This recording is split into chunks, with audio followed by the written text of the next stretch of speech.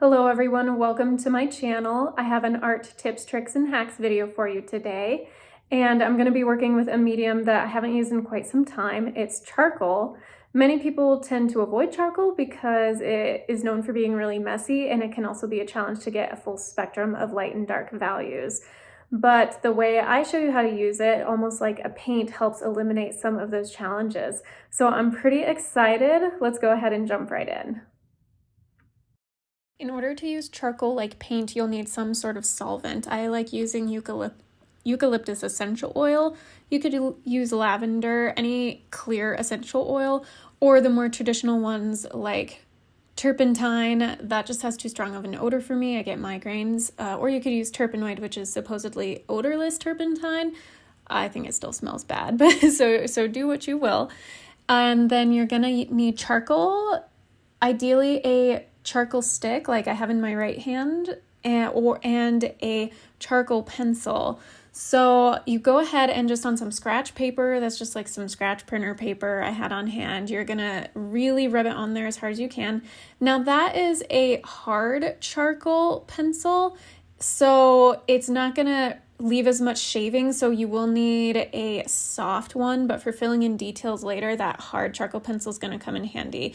But if you only have charcoal pencils and don't have the charcoal stick, then you can use extra soft charcoal pencil and just on the side of the pencil rub it back and forth to get a really lovely dark layer of charcoal. And you're gonna see, I'll hold it up closer to the camera, all those lovely little shavings and leavings, you want that. So make sure you rub it hard enough that you get a lot of those leavings.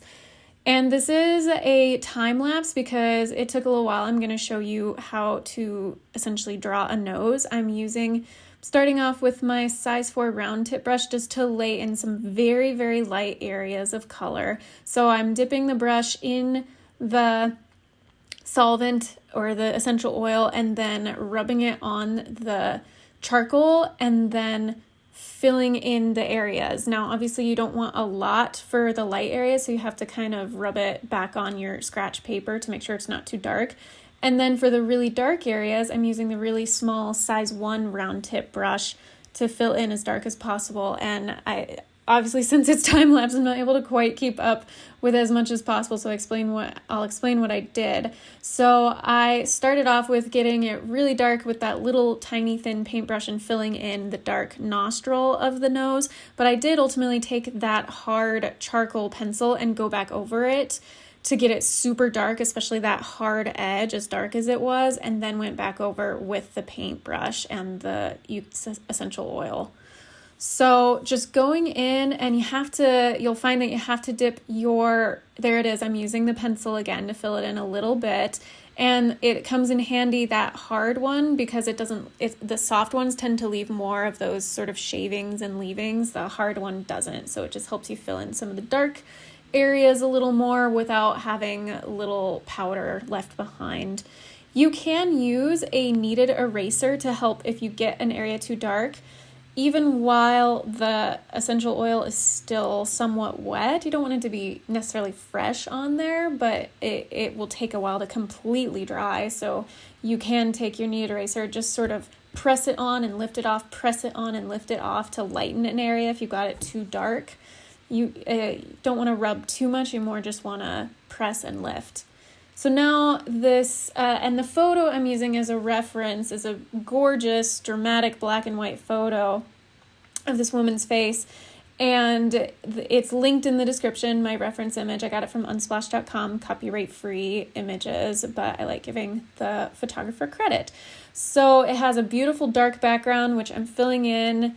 And again, I started off with laying some of the dark down with the paintbrush and then went with the pencil. I did wind up using the hard and extra soft charcoal pencils to get that really rich, dark background.